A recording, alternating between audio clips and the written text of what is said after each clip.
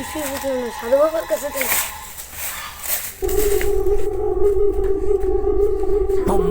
দেখছি এখনই তোর কি হয়েছে।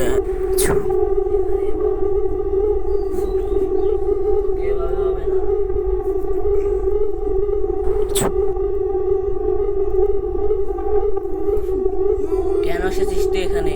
বিনা, তোকে দেখাচ্ছি আমি।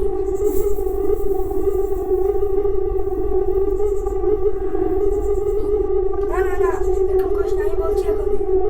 কেন এসেছিস ওর ঘরে? কি ক্ষতি করেছে? ও আমাকে গালি দিয়েছিল। ও তো তোকে শুধু শুধু গালি দেয়নি, বল তুই কি করেছিস ওর? আমাইছিল, আমি প্রথম ওকে একটা ঢিল মেরেছিলাম। দোষ তাহলে তোরই সব, এর জন্য তোকে আমি আজকে শেষ করে দেবো শয়তান।